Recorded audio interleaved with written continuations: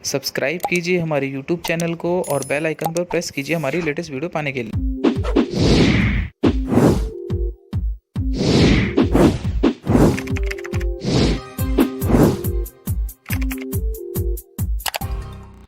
नमस्कार दोस्तों, मेरा नाम है श्रवण और आप सभी का स्वागत करता हूं मैं अपने YouTube चैनल पर।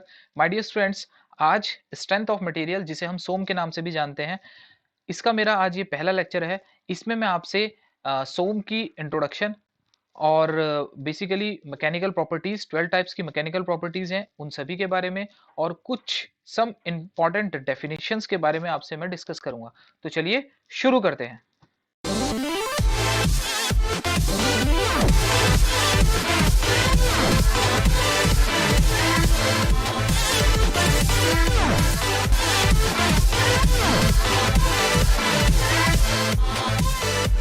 तो चलिए सबसे पहले हम जानकारी लेते हैं स्ट्रेंथ ऑफ मटेरियल, जिसे हम सोम के नाम से भी जानते हैं, इसके परिचय के बारे में।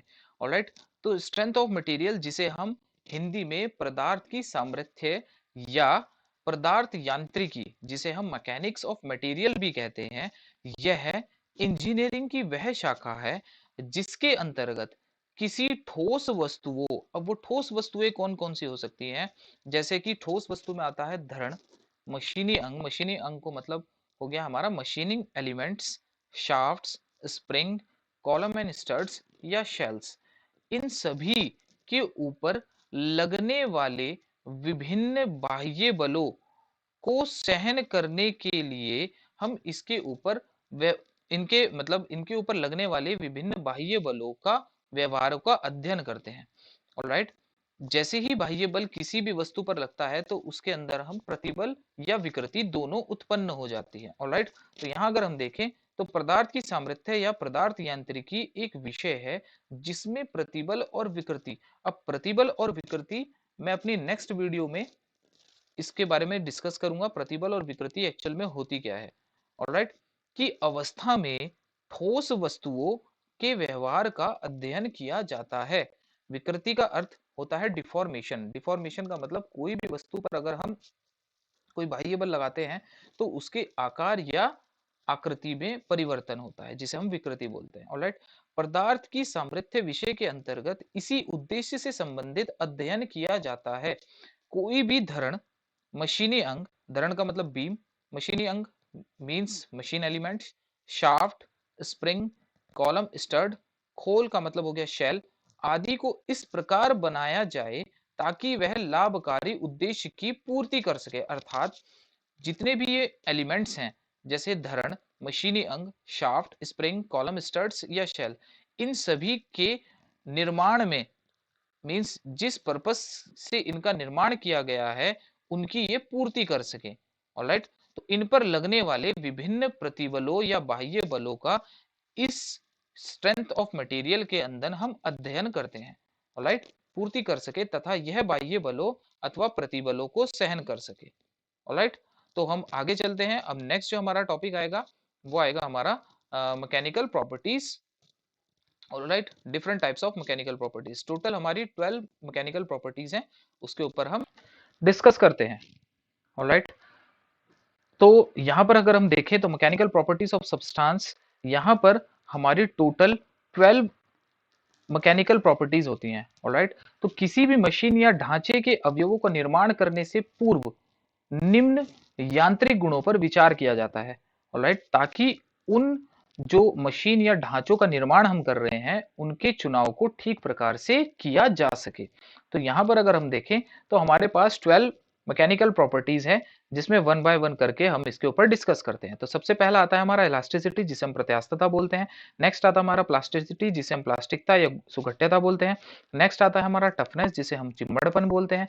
नेक्स्ट आता है हमारा स्टिफनेस, जिसे हम कड़ापन बोलते हैं। नेक्स्ट आता है हमारा डक्टिलिटी, जिसे हम तन्यता बोलते हैं।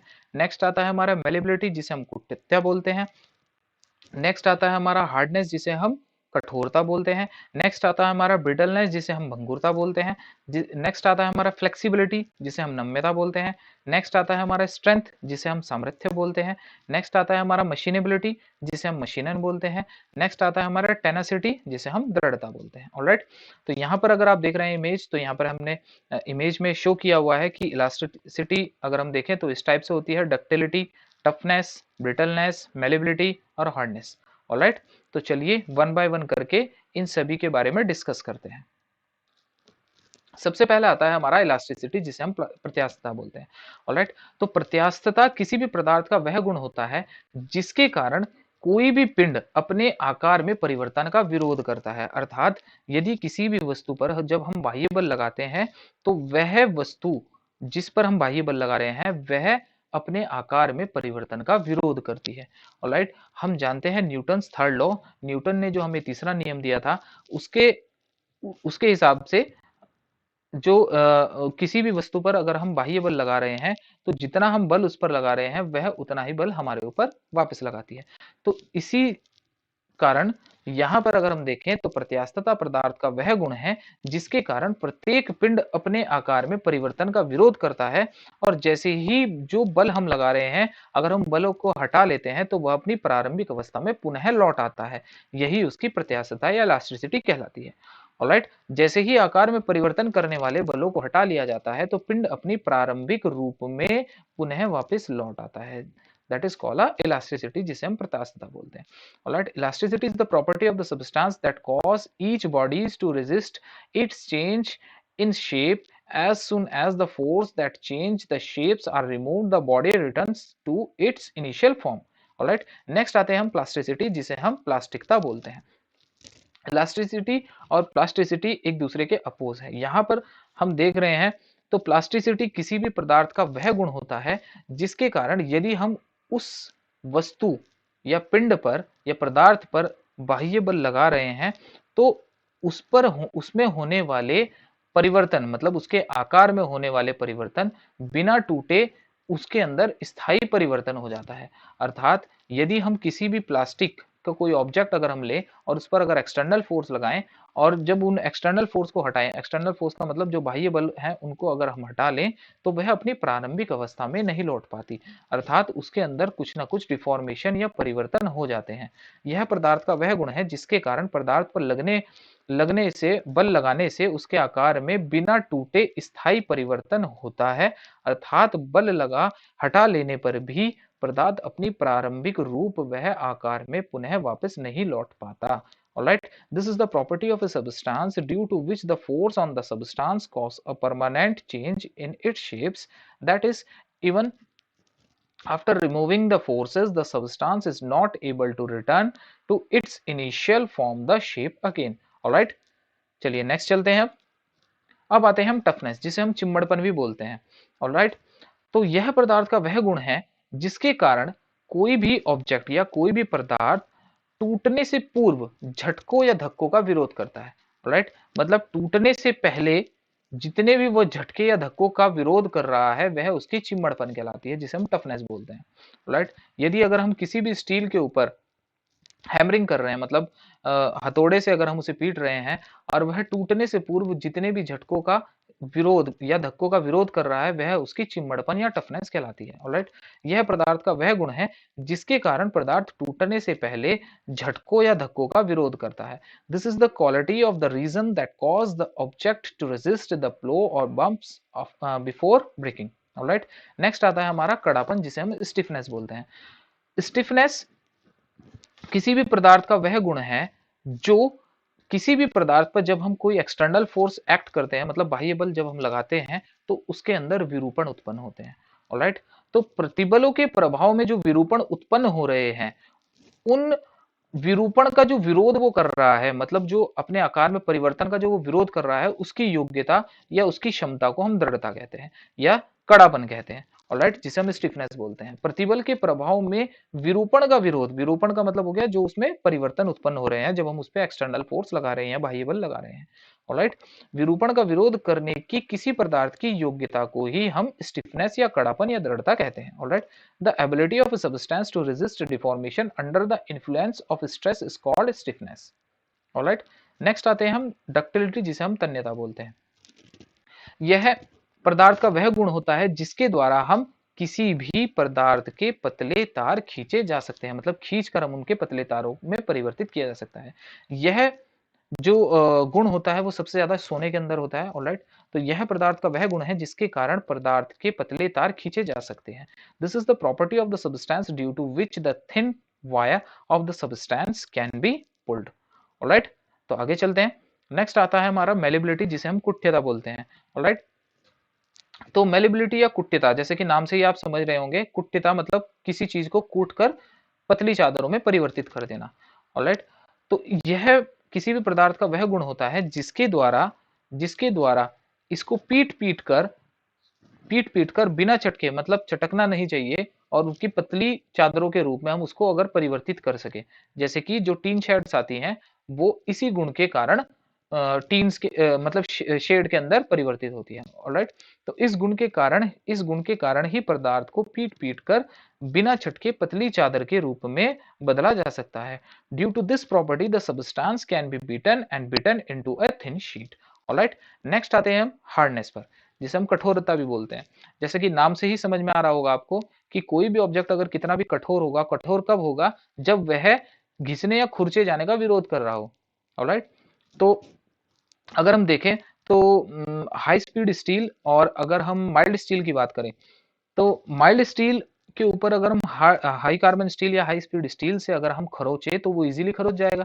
लेकिन अगर हम माइल्ड स्टील से हाई कार्बन स्टील या हाई स्पीड स्टील के ऊपर अगर हम खिरचे या काटने लगे तो वो इजीली नहीं कटेगा। ऑलराइट, तो यह पदार्थ का वह गुण है जिसके कारण पदार्थ कटने, घिसने या खुरचे जाने का विरोध करता है। This is the quality of the substance that cause the object to resist cutting, scratching और स्केचिंग। ऑलराइट, नेक्स्ट आता है हमारा भंगुरता, जिसे हम ब्रिटलनेस भी बोलते हैं। ये इंपॉर्टेंट है। ब्रिटलनेस क्या होता है कि किसी भी पदार्थ का वह गुण जिसके कारण वह बिना खराबी उत्पन्न किए चूर चूर हो जाता है। मतलब जब हम उस पे एक्सटर्नल फोर्स एक्ट करते हैं, मतलब बाह्य बल लगाते हैं, उस पे चोट हैमरिंग करते हैं, तो वह बिना खराबी उत्पन्न करे चूर चूर हो जाए। जैसे कि कांच कांच पर जब हम हैमरिंग करते हैं तो वो बिना खराबी उत्पन्न किए चूर चूर हो जाता है। तो भंगुरता, सबसे ज्यादा जो भंगुर पदार्थ होता है वो हमारा होता है कांच। ऑलराइट, तो इस गुण के कारण पदार्थ पर चोट लगने से वह बिना खराबी उत्पन्न हुए चूर चूर अर्थात टुकड़े टुकड़े हो जाता है। यह गुण कांच में सबसे ज्यादा होता है। Due to this quality, due to injury on the substance, it becomes piece without causes and defects. This property is the highest in glass. Alright, I think so तीनों के तीनों आपको समझ में आ गए होंगे। नेक्स्ट पर चलते हैं। नेक्स्ट आता है हमारा फ्लेक्सिबिलिटी, जिसे हम नम्यता बोलते हैं। ऑलराइट, जैसे कि नाम से ही आपको पता चल रहा है फ्लेक्सिबल, कोई किसी भी पदार्थ का वह गुण जो इजीली फ्लेक्सिबल, फ्लेक्सिबल का मतलब इजीली किसी भी चाप में मुड़ जाए। ऑलराइट, तो इस गुण के कारण पदार्थ को बिना टूटे किसी चाप में इजीली मोड़ा जा सकता है। Right, due to this property the material can be folded in any arc without breaking, मतलब बिना टूटे किसी चाप में इजीली वो मुड़ जाए। ऑलराइट, नेक्स्ट आता है हमारा सामर्थ्य, जिसे हम स्ट्रेंथ बोलते हैं। किसी भी पदार्थ का बिना असफल हुए, कोई भी पदार्थ बिना असफल हुए जितने भी प्रतिबल सहन करने की क्षमता होती है, प्रतिबल सहन करने की क्षमता का मतलब जो जितने भी उस पे एक्सटर्नल फोर्स एक्ट हो रहे हैं, उस एक्सटर्नल फोर्स एक्ट होने से जो स्ट्रेसेस उत्पन्न हो रहे हैं, मतलब प्रतिबल जो जनरेट हो रहे हैं, उनको सहन करने की उसकी क्षमता को हम सामर्थ्य बोलते हैं। ऑलराइट, तो किसी पदार्थ के बिना असफल हुए प्रतिबल सहन करने की क्षमता को उसकी सामर्थ्य कहते हैं। The ability to tolerance stress without failing a substance is called its strength.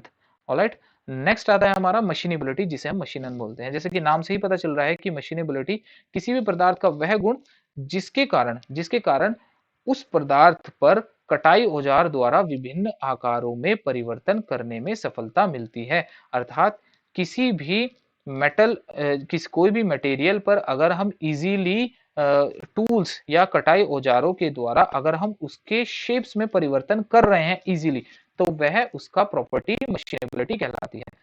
Alright, अर्थात जैसे कि अगर हम माइल्ड स्टील के ऊपर अगर हम हाई कार्बन स्टील से मशीनिंग करें तो इजीली कर सकते हैं।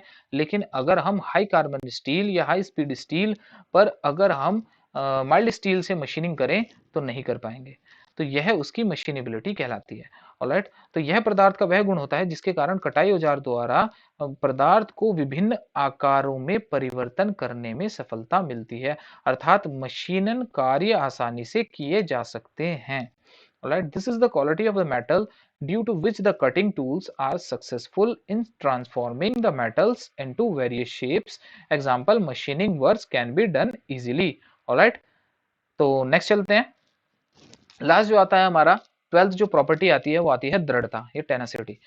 यह पदार्थ का वह गुण होता है जो तनाव में टूटने की स्थिति में, अर्थात तनाव में टूटने की, जब मींस टू फोर्सेस होते हैं, मींस अगर हम किसी भी चीज को तनाव, तनाव का मतलब होता है खींचना और एक होता है संपीड़न।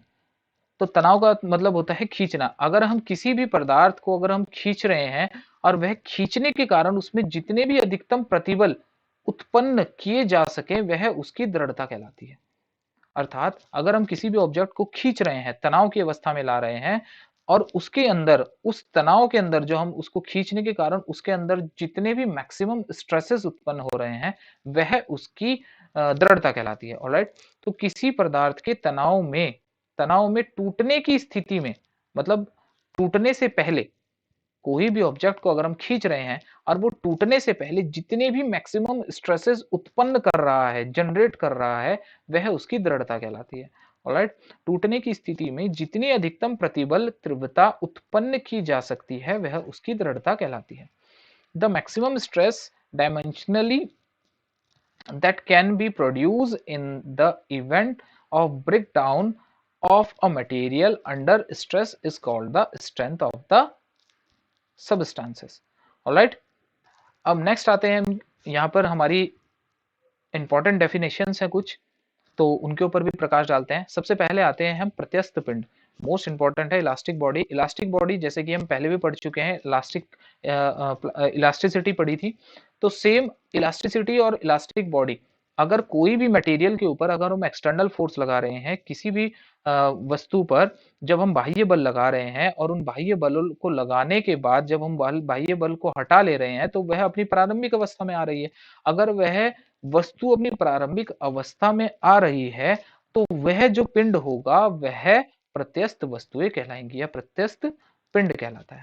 ऑलराइट, तो जो वस्तुएं बाहर से प्रत्यास्थता सीमा तक लगे बलों द्वारा अपने आकार में परिवर्तन करती है।